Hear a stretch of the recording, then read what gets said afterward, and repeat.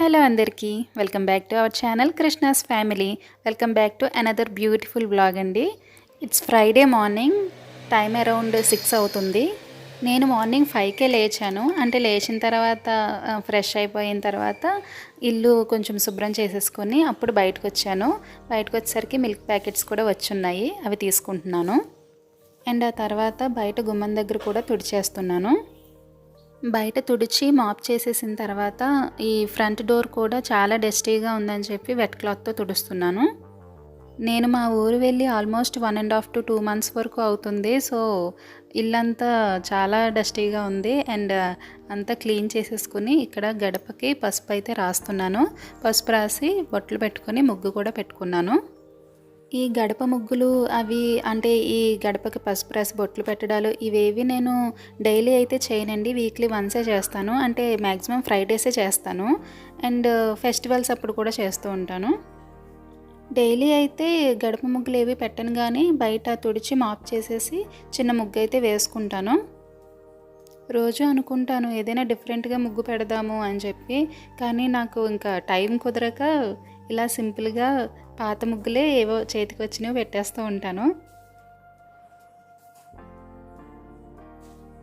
ఇలా గుమ్మం దగ్గర ముగ్గు ఉంటే ఇల్లంతా ఎంత కలగా అనిపిస్తుంది కదా. నేనైతే అలా కాసేపు చూస్తూ ఉండిపోతాను. ఇలా బయట శుభ్రం చేసే పనులన్నీ పూర్తయిన తర్వాత నేను మా దేవుడి మందిరం దగ్గరికి వచ్చేసాను. అంటే నేను వెళ్ళి ఒక 1.5 to 2 months అవుతుంది కదా. ఈ దేవుడి పటాలు ఇవన్నీ తీసి కొంచెం క్లీన్ చేద్దాము. తొలి ఏకాదశి కూడా వస్తుంది కాబట్టి ఆబ్వియస్లీ నేను ఈ క్లీనింగ్ అంతా చేసిన తర్వాతే పూజ చేసుకోవాలి.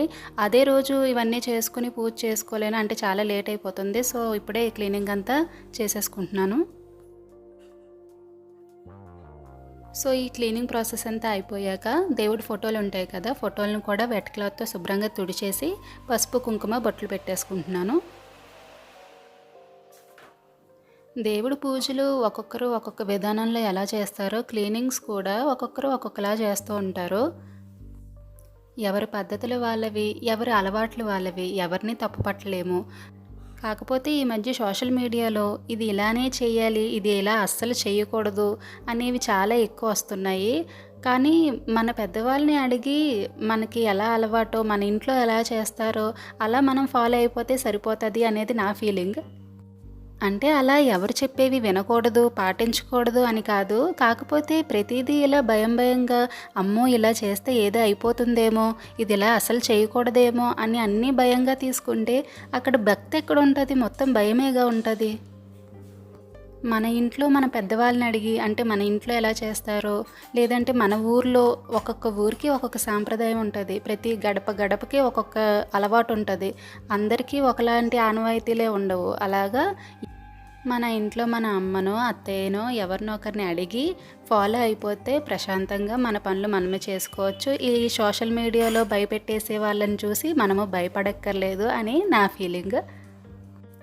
సో ఇలా దేవుడి ఫోటోలన్నీ తుడిచి శుభ్రంగా బొట్లు పెట్టేసుకున్న తర్వాత పూజ అయితే చేసేసుకుంటున్నాను.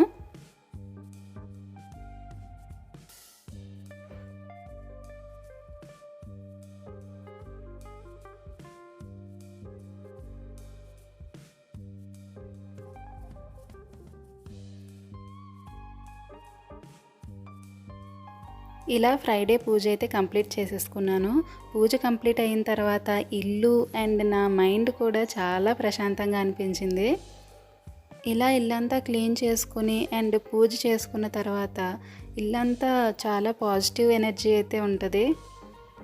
అండ్ పూజ కంప్లీట్ అయ్యాక ఫ్రైడే కదా, ఇల్లంతా ఒకసారి ధూపం అయితే వేసేస్తున్నాను.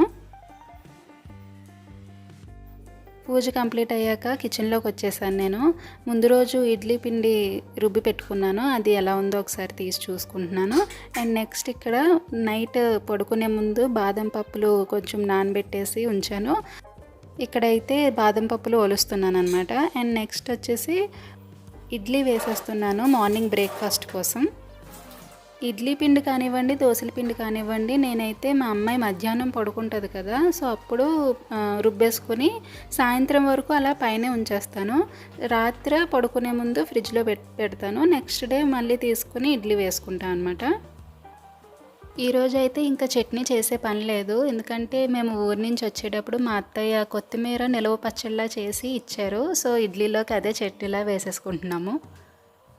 ఇంకా ఈ పనులన్నీ అయ్యేసరికి మా అమ్మాయి కూడా నిద్రలేచింది. తను రెడీ అయ్యాక తనకు కూడా బ్రేక్ఫాస్ట్ పెట్టేశాను. నేను కూడా తినేసిన తర్వాత ఇక్కడైతే లగేజ్ ఊరి నుంచి తెచ్చిన లగేజ్ ఏది అన్‌ప్యాక్ చేయలేదు నేను. లగేజ్ అంతా అలా ఒక పక్కన పెట్టేసి ముందు ఈ ఇంటి క్లీనింగ్ పని ఇదంతా చేసుకున్నాను. సో ఇప్పటికి నాకు కుదిరింది లగేజ్ అంతా అన్‌ప్యాక్ చేయడానికి. అండ్ ఇక్కడ మీకు ఒకటి చూపిస్తాను. అదేంటంటే పెద్ద ఫోటో ఫ్రేమ్ అనమాట. మా పెళ్ళై 4 సంవత్సరాలు అయింది. కానీ ఇలా ఫోటో ఫ్రేమ్ గట్రా ఏం చేయించుకోలేదు మేము. ఇన్నాళ్ళకి ఇలా ఒక ఫోటో ఫ్రేమ్ చేయించుకోవడానికి మాకు కుదిరింది. మొన్న ఊరు వెళ్ళినప్పుడు ఇలా చేయించుకున్నాము. ఈ ఫోటోనైతే ఇప్పుడు ఓపెన్ చేసి చూపిస్తాను.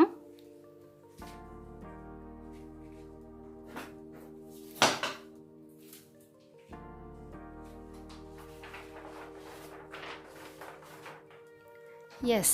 ఇదే అండి మేము చేయించుకున్న ఫోటో ఫ్రేమ్. మా పెళ్లి ఆల్బమ్ మొత్తంలో నాకు బాగా ఇష్టమైన ఫోటో ఇది. ఐ డోంట్ నో వై, ఎందుకు ఇన్ని ఫోటోలున్నా కానీ ఈ ఒక్క ఫోటోయే నాకు చాలా నచ్చింది. సో దాన్ని ఒక ఫ్రేమ్‌లా చేయించుకున్నాము. అండ్ ఇక్కడొచ్చేసి ఊరు నుంచి తెచ్చినవన్నీ ఎక్కడివక్కడ సర్దేస్తున్నాను. ఇదండి ఈరోజు వీడియో మీకు తప్పకుండా నచ్చుతుందని అనుకుంటున్నాను. నచ్చితే కామెంట్ సెక్షన్లో చెప్పండి.